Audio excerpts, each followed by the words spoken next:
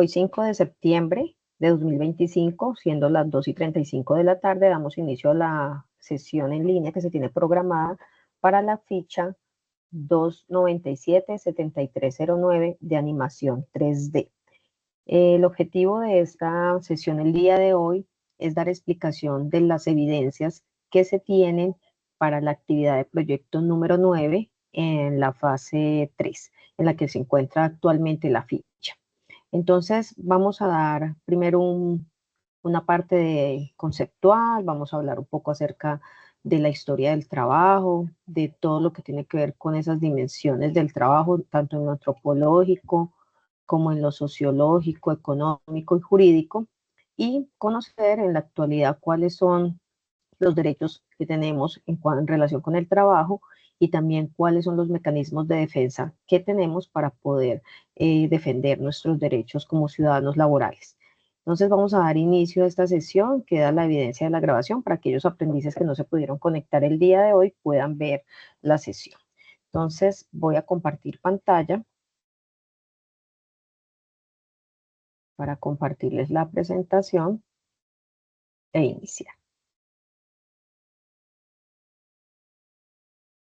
Bueno, entonces el tema que nos compete es sobre los ejercicios de los derechos fundamentales en el trabajo y vamos entonces a hablar un poco o abordar un poco acerca de la historia, ¿cierto?, que se ha tenido en esta parte de todo lo que ha tenido que ver con el trabajo, ¿sí? Estamos hablando desde la prehistoria, la historia y la edad en la que nos encontramos actualmente, cómo ha evolucionado la forma en que el hombre ha utilizado sus herramientas para poder desenvolverse, para poder trabajar, cómo ha usado ese medio o ese entorno, ¿sí? Y cómo ha ido evolucionando él poco a poco, no solo en las herramientas con las que trabaja, sino en su forma de trabajar y en la mentalidad hacia lo que significa el trabajo, ¿sí? Entonces, cuando hablamos de la prehistoria, estamos hablando de estos conceptos. Esa es una evidencia que ustedes deben presentar como una línea de tiempo y aquí hablamos de unos conceptos de cómo desde la prehistoria, ¿cierto? Desde el paleolítico, el neolítico, la edad de los metales, el hombre fue haciendo inicialmente un descubrimiento, ¿cierto? Porque no conocía, no sabía, pero poco a poco, en la medida, digamos que al principio fue de suerte, ¿no? De pura casualidad que descubrió el fuego. Empezó a aprender y empezó a mirar qué usos podía dar a él. Y en la medida en que fue evolucionando, pues fue mejorando o implementando unas nuevas herramientas para poder trabajar y facilitar lo que antes de pronto hacía, digamos que con sus manos, ¿sí? Antes lo hacía de manera muy instintiva. En la medida en que el hombre fue evolucionando tanto a nivel cognitivo, también fue evolucionando lo que utilizaba, ¿cierto?, como herramientas para poder mejorar esa forma en que él trabajaba.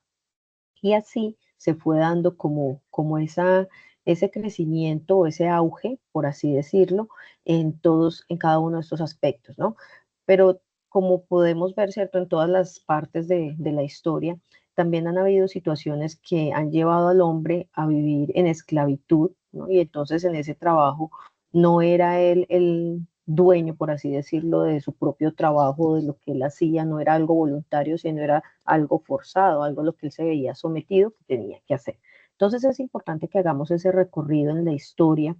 ¿Por qué? Para conocer y ser conscientes de que lo que hoy tenemos, ¿cierto? Lo que hoy hemos logrado o las facilidades, por así decirlo, de lo que tenemos en la actualidad es producto del sacrificio, de la evolución que ha tenido el hombre, de las luchas que ha tenido que vivir para poder quitarse incluso de ese sometimiento en el que en alguna época estuvo, de esclavitud, de tener que lo que producía o lo que daba dárselos a otros, aunque hoy en día no vemos tanto temas de esclavitud, pero sí vemos mucha deshumanización en el entorno laboral, ¿sí? Vemos de pronto algunas cosas que también, digamos que no vivimos en esa época antigua, pero en donde se ven situaciones que no son muy agradables, ¿no? Entonces, vamos viendo aquí dentro de esa historia esas herramientas que el hombre fue perfeccionando, ¿cierto? Fue mejorando, por así decirlo, para poder utilizarlas para cazar, para construir, ¿sí? Para poder él mejorar todo lo que estaba haciendo.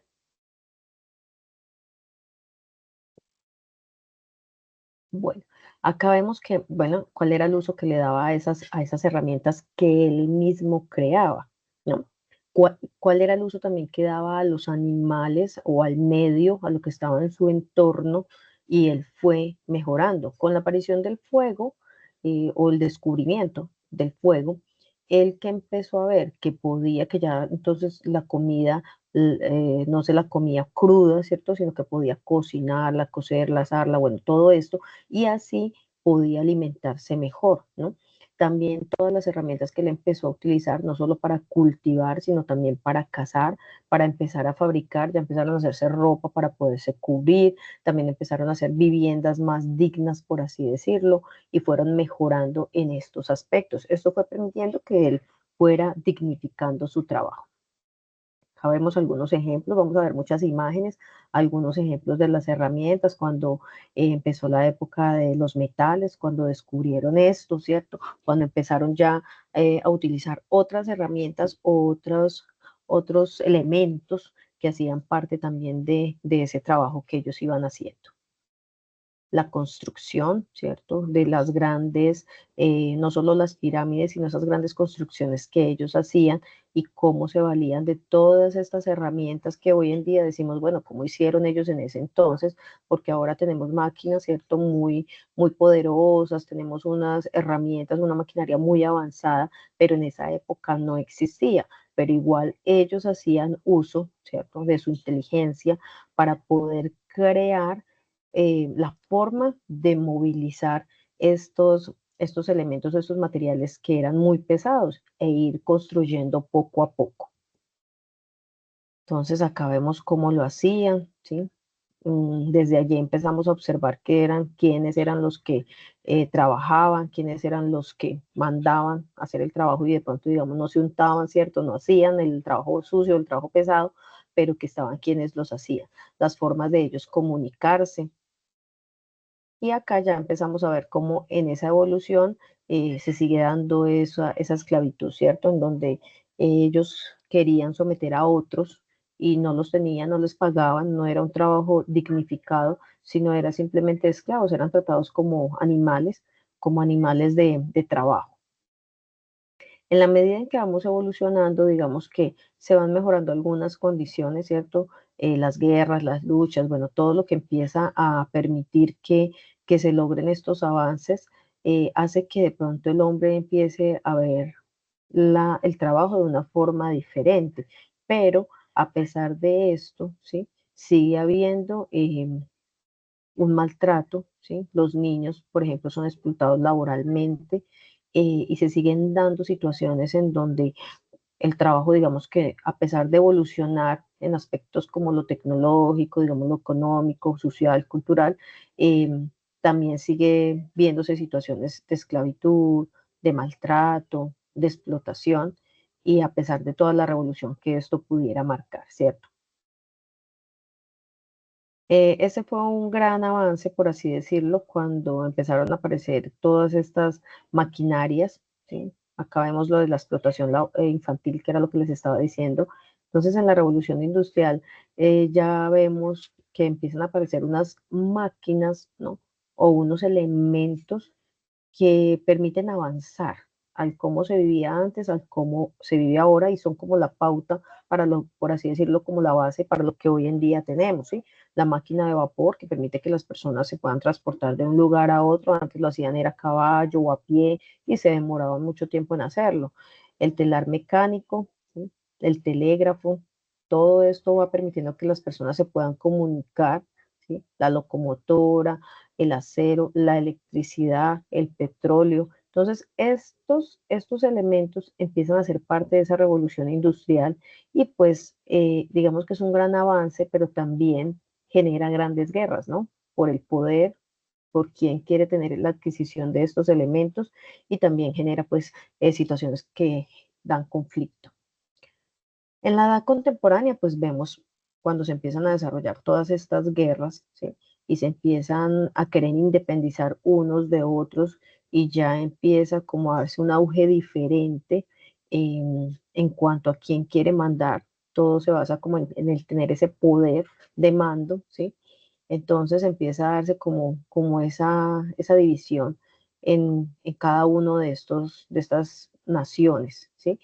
Y cada uno quiere decir, bueno, ya no queremos estar sometidos, sino quiero independizarme, quiero hacer las cosas por mi bien, no pensando en estar sometido a otro. Entonces empiezan a darse estos grandes avances. En la edad contemporánea ya empezamos a hablar del Internet, lo que antes se conocía como lo primero, banda ancha, bueno, las cosas como muy básicas que tenían que ver con este Internet, que ahora pues ya es mucho más avanzado, ¿no? En esa época también, nosotros de pronto vivimos la época de pandemia, pero esta época también fue marcada por algo muy significativo, y es la peste negra, que fue una época en donde también vivieron una pandemia muy significativa, donde hubo muchas muertes y, y esto se ha pasado, esto es a raíz de todas las guerras y todo lo que se desencadena, ¿no? Que a veces creemos que solo se da en la actualidad, pero se sigue dando. Bueno, aquí vamos a hablar un poco acerca de todo lo que nosotros como ciudadanos hemos tenido que empezar a conocer, a defender, a luchar, ¿sí? Porque como vemos a lo largo de la historia hemos estado sometidos a maltrato, a discriminación y aún se siguen presentando situaciones complejas, pero digamos que hay más herramientas o hay más mecanismos que nos permiten decir como trabajadores, ¿sí? Como ciudadanos laborales, un momento, estos son mis derechos, no me pueden vulnerar, puedo defenderme, puedo hablar. Hoy en día incluso hablamos de una ley de acoso laboral. Entonces, lo que antes de pronto se veía como muy común, muy normal, ay, usted por qué se queja, usted no diga nada, aguante, sí, porque necesita el trabajo, porque tiene hijos que mantener, entonces quédese ahí, no diga nada.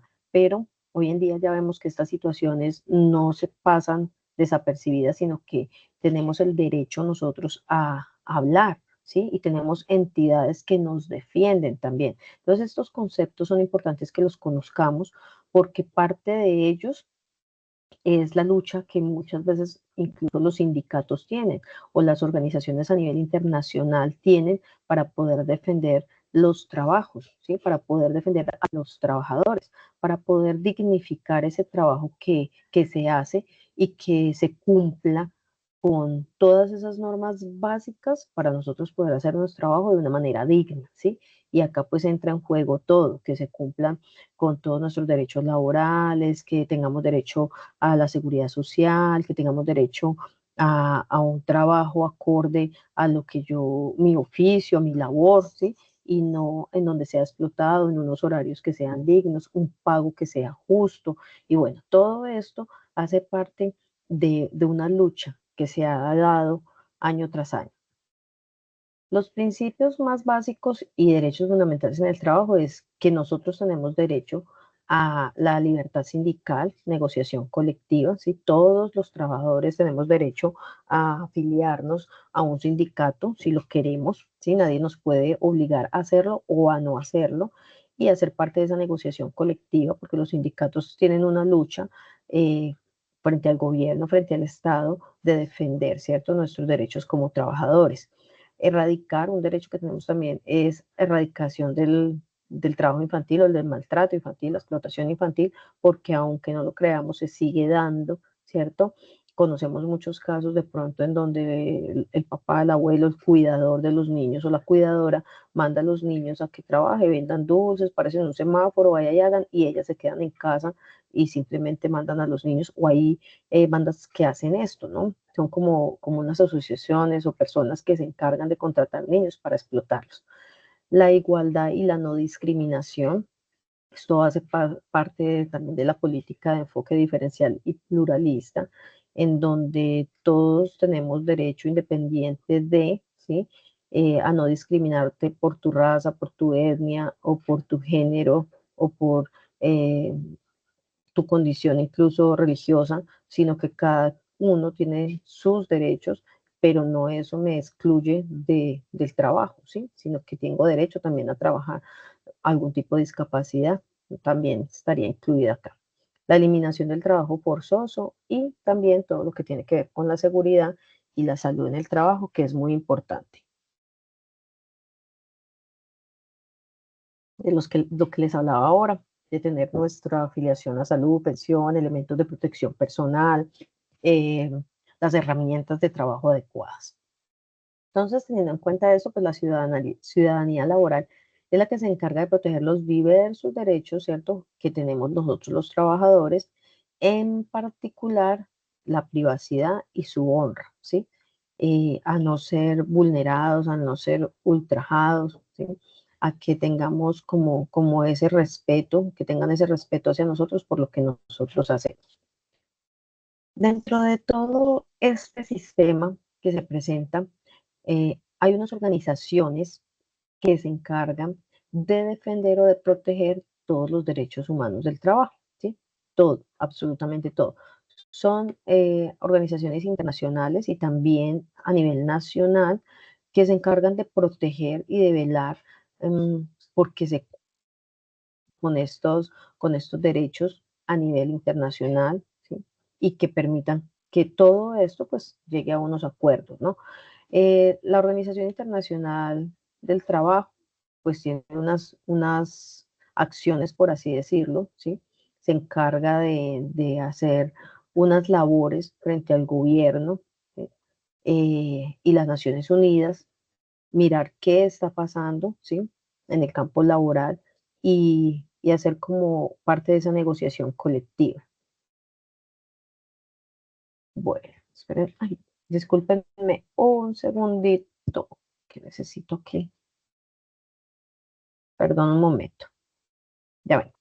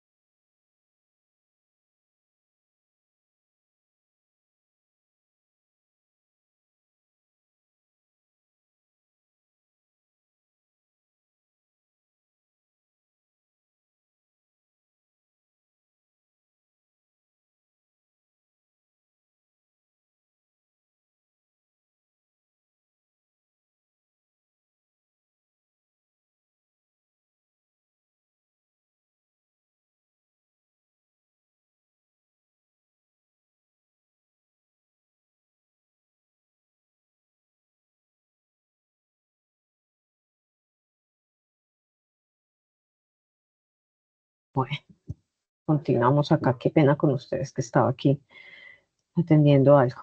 Bueno, entonces hablamos de lo que hace la Organización Internacional del Trabajo. Otra de las entidades con las que contamos, ¿cierto? Es la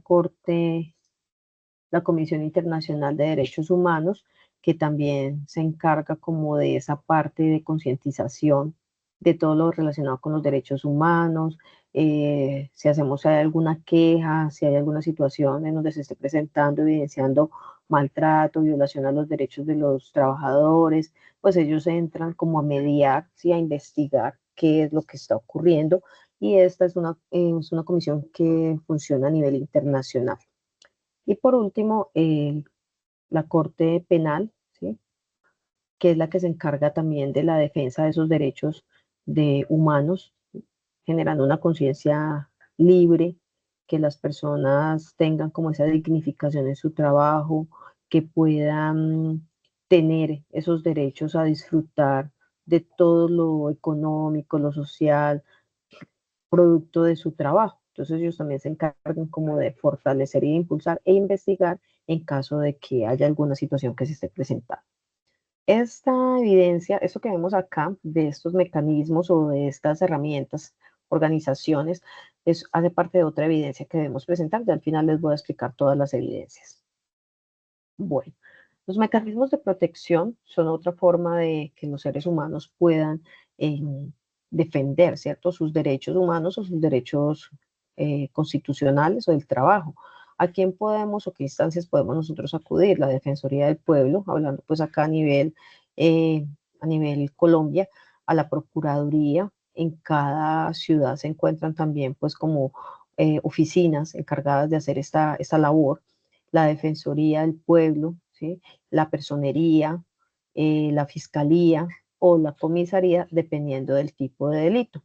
Pero debemos entender que sí existen, ¿cierto?, los mecanismos, que sí hay formas de nosotros poder defender esos derechos y hacer valer como nuestra voz y no quedarnos callados frente a las cosas que ocurren, ya sea con nosotros o con las personas que están alrededor. Es importante que sepamos que sí se puede hacer.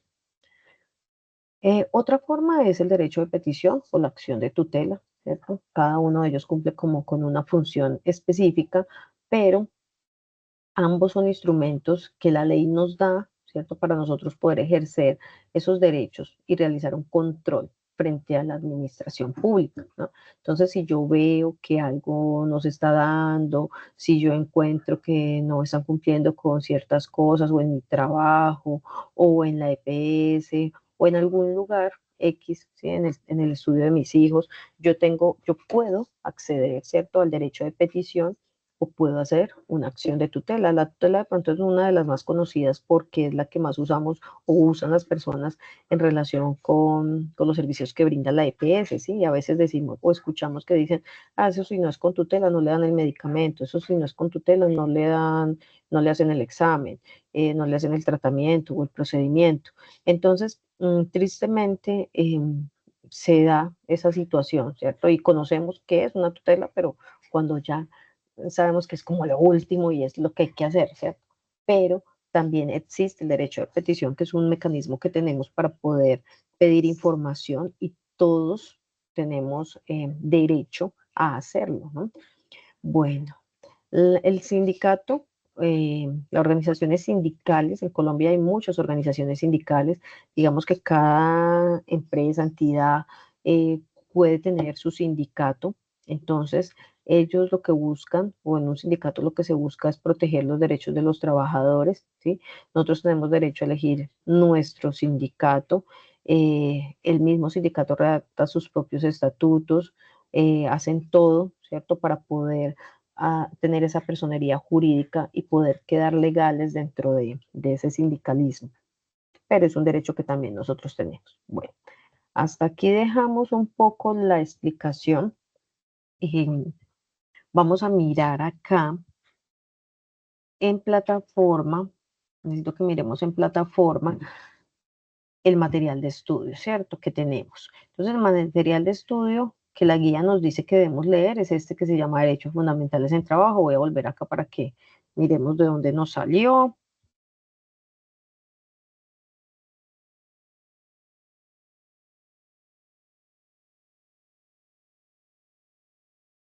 Listo, entonces acá estamos en la actividad de proyecto número 9, material de formación, derechos fundamentales del trabajo. En derechos fundamentales del trabajo, pues damos clic acá. La guía nos dice que para poder desarrollar estas evidencias, pues debemos leer este material. Entonces acá nos habla acerca del trabajo, sociedad y dignidad humana, nos habla de la ciudadanía laboral, los mecanismos de derechos fundamentales y el desarrollo para una vida digna. Es importante pues que cada uno de ellos, ¿cierto?, lo miremos, lo leamos. Acá entramos un poco más a profundizar acerca de lo que yo les hablaba ahora, ¿sí? Acá se lo pueden ver de manera más detallada. Sí, porque si hablamos de cada uno de estos temas, pues la verdad es un tema bastante amplio y nos llevaría mucho tiempo. Entonces, a lo que nosotros tenemos derecho, ¿sí?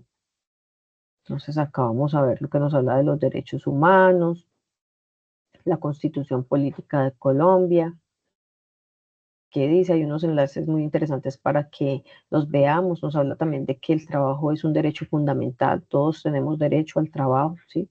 ¿Cuáles son las dimensiones del trabajo? Y acá seguimos. Habla sobre la ciudadanía laboral, la función que cumple el trabajo desde lo social, los derechos que tenemos. ¿Sí? Acá hablan un poco de la Organización Internacional del Trabajo. Importante que tengamos en cuenta esto porque aquí debemos desarrollar una evidencia, ¿sí? ¿Cuáles son los conceptos del trabajo, los convenios colectivos a los que se llegan? Que parte de esos convenios colectivos son las organizaciones sindicales las que con el gobierno llegan a unos acuerdos para que nosotros tengamos como trabajadores ciertos beneficios. la libertad sindical que tenemos, qué es la negociación colectiva. Entonces, para que conozcamos un poco y abordemos estos temas que son tan importantes y que en ocasiones desconocemos, ¿no? ¿Cuáles son los mecanismos? ¿Sí? Entonces, acá nos hablan de qué es la acción de tutela, cómo se hace uso de la acción de tutela, qué derechos protege, ¿sí? Entonces, muchas veces no conocemos o no hacemos valer nuestros derechos porque no conocemos cómo se hace, ¿no? El derecho de petición, cómo funciona, qué es, ¿sí? ¿Para qué sirve? Y también habla de otros mecanismos, ¿no? Y nos habla del desarrollo de una vida digna, ¿sí? Según unos conceptos, según unos teóricos, ¿no? Bueno, acá hablan un poco acerca de cómo se fueron dando esta revolución, quiénes son los más importantes o las personas que han impulsado todo esto de nuestros derechos, la libertad que tenemos hoy en día. ¿Sí? Acá ya finalizamos. Entonces vamos a mirar la guía de aprendizaje y en la guía de aprendizaje vamos a encontrar las evidencias que debemos presentar. Bueno, acá en la guía aparecen varias evidencias. Entonces, para que no nos vayamos a confundir, es importante que consultemos el cronograma. Yo les voy a compartir aquí el cronograma que no lo había abierto.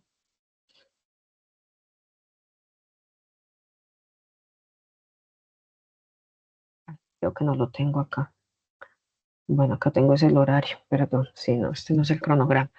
Bueno, ¿dónde lo tendré?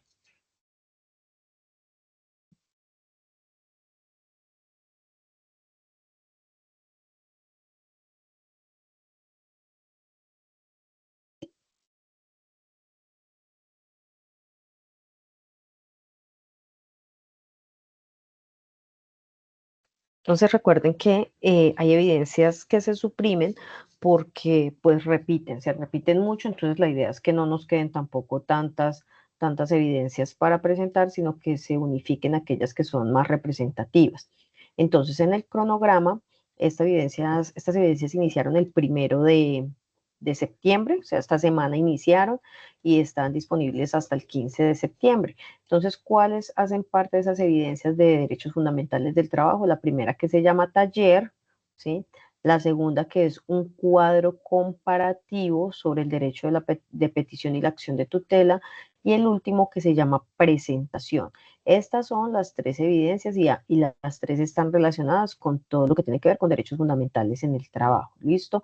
Para que lo tengamos en cuenta. Todos están relacionados con esa misma competencia y esos mismos resultados. Entonces, esta del taller inició el 1, la de cuadro comparativo inicia el 10 de septiembre, la de presentación el 18, pero hoy vamos a dar explicación a las 3 para que ya quedemos como empapados de qué es lo que debemos hacer. Entonces, teniendo en cuenta el cronograma, que son 3 evidencias las que debemos presentar, ahí sí nos vamos, ¿cierto?, a la guía, y en la guía pues empezamos a ver qué tiene que ser, qué debemos hacer con cada una de ellas. Entonces, la primera, que es la del taller, esta evidencia de acá, nos dice que debemos leer el material de estudio, Derechos Fundamentales del Trabajo, que fue el que ya les compartí, les mostré que debemos leer. Entonces nos dice que en esta evidencia de taller lo que vamos a hacer es un poco reflexionar sobre experiencias propias, familiares o la comunidad en la que nosotros nos encontramos. ¿Y qué vamos a hacer? Vamos a responder estas preguntas que aparecen acá. Dice, ¿cuáles son las actividades económicas más importantes o representativas de mi región o de mi municipio? Entonces usted va a pensar, bueno, yo vivo en el municipio de Cundinamarca, yo vivo en el municipio de Boyacá, yo vivo en la región tal, ¿sí?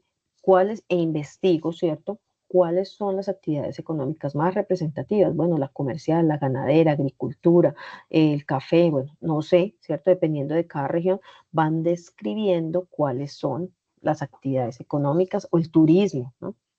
Después de describir esas actividades económicas más representativas, vamos a describir cómo es el trabajo en nuestra región o municipio. Ya tenemos en cuenta unas bases, ¿cierto? Que hay trabajos que son informales, otros son formales.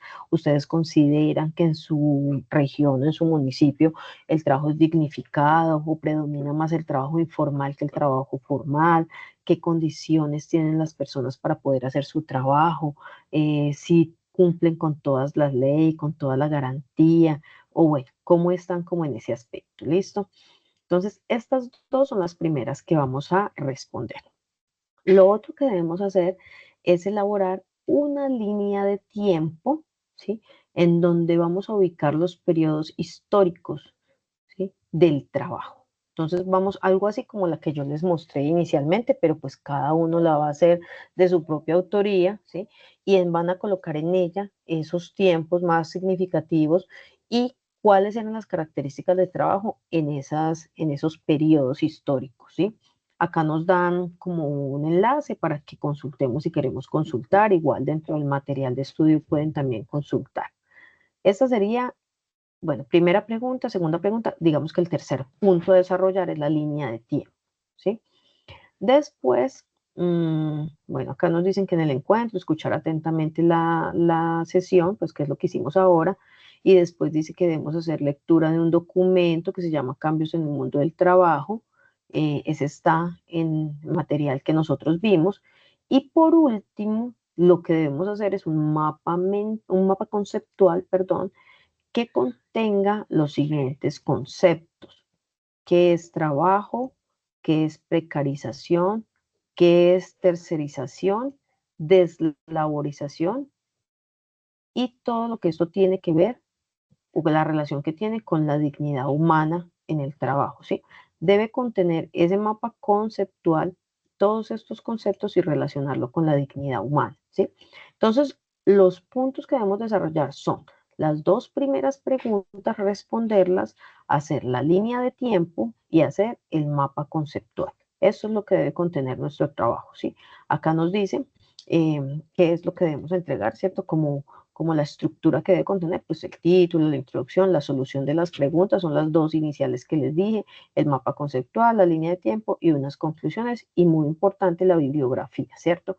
De dónde sacamos esta información, las fuentes bibliográficas. Esta es la primera evidencia que debemos entregar, que es la del taller, y que debemos subir en el enlace correspondiente. La podemos entregar en Word o PDF, mínimo 3 páginas, bueno, seguir como las indicaciones que nos dan acá.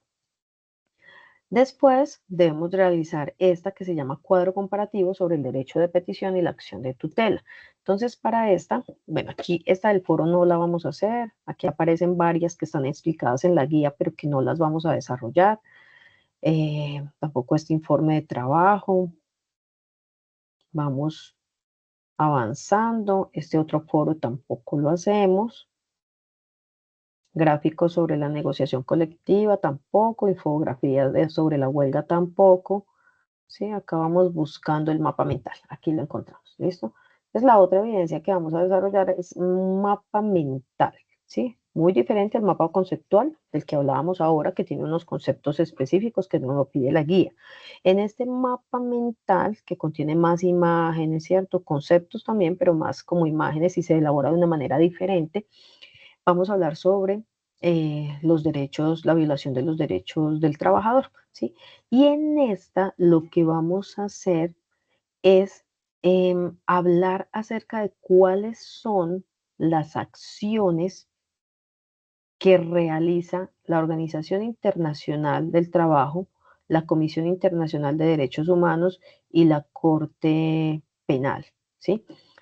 Frente a esa violación de derechos humanos, ¿sí? Entonces, acá lo que vamos a hacer es desarrollar como un mapa en donde hablemos de esas acciones y cómo ellos, cada una de estas entidades, realiza como esa protección de los derechos frente a esa violación que se pueda dar. ¿Sí me hago entender? Entonces lo que vamos a hacer es coger cada uno de ellos y decir qué hace cada uno de ellos, cada uno de estos tres organismos. Simplemente es hacer eso. ¿Listo? No vamos a hacer nada más. Acá nos dice que tener en cuenta los instrumentos, que las normas, que el derecho de petición, pero aquí no vamos a hablar de derecho de petición, sino simplemente de este punto. ¿Sí? Listo. Esa sería la segunda, que es el mapa mental sobre violación de derechos fundamentales. ¿Dónde estamos? Cuadro comparativo. Ay, no, perdón. Es el cuadro comparativo. Este mapa mental no lo tienen que hacer. olviden lo que dije. Sí, es que en otras fichas sí me deben entregar el mapa mental. Entonces, mapa mental no lo hacemos, ¿cierto? Solamente es el cuadro comparativo sobre el derecho de petición y la acción de tutela, mucho más fácil. Entonces, en este cuadro comparativo, pues como su nombre lo indica, es un cuadro que compara el derecho de petición y la acción de tutela, ¿sí? Entonces, ¿qué hace el derecho de petición? ¿Qué hace la acción de tutela? ¿Para qué sirven? ¿Cómo se utilizan? ¿Cuáles serían como las formas de utilizarla, quiénes las pueden utilizar? Entonces lo que vamos a hacer es comparar el uno con el otro en un cuadrito, ¿listo? Lo podemos subir a plataformas como una imagen, formato imagen, según como les quede más fácil. Y la última evidencia es esta de presentación. Entonces vamos a ir a la guía de aprendizaje y bajamos a presentación.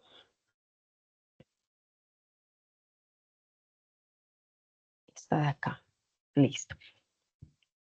Entonces, en esta presentación nos dicen que debemos tener en cuenta estos derechos que nos hablan acá, ¿cierto? Derecho a la autodeterminación, a la independencia económica y política. Bueno, aquí nos hablan de este cuadrito con estos derechos que tienen que ver tanto con la parte de convivencia pacífica, la parte de medio ambiente, ¿sí? Derechos de personalidad, al libre desarrollo de la personalidad, bueno, varios componentes acá.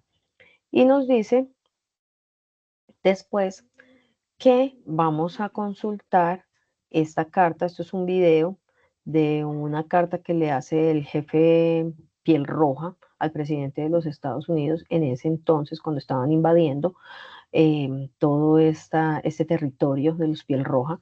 Entonces es muy interesante que la vean porque pues, nos invita un poco como a reflexionarse. Y en sí, lo que vamos a hacer es, teniendo en cuenta esto anterior, como leyendo el material, los que nos propone la guía de aprendizaje, lo que hay en el material de estudio, vamos a empezar a resolver estas preguntas, ¿sí? Entonces, en la presentación que vamos a hacer en PowerPoint o en la herramienta que sea de su preferencia, lo que va a hacer es responder cada una de las preguntas que nos aparecen acá. Entonces, la primera pregunta es, ¿cómo interactúa el derecho a un medio ambiente sano con los derechos individuales y sociales? ¿Sí? Nos hacemos esta pregunta y simplemente la respondemos. Podemos poner imágenes. La otra pregunta dice, ¿por qué considera usted importante desarrollar una visión integral y global de los derechos humanos para evitar su distorsión? Y así, cada una de estas preguntas las copiamos en la presentación y las respondemos. Adicional a estas preguntas, acá son, creo que son 6, 4, 5, 6, son 7 preguntas. Adicional a estas 7 preguntas va a ser el punto 5, ¿cierto? En el punto 5 nos dice, identifique los problemas que se viven en su entorno social o familiar, ¿cierto? Entonces vamos a hablar de la región, del lugar donde yo vivo. ¿Cuáles problemas identifico relacionados con este cuadro?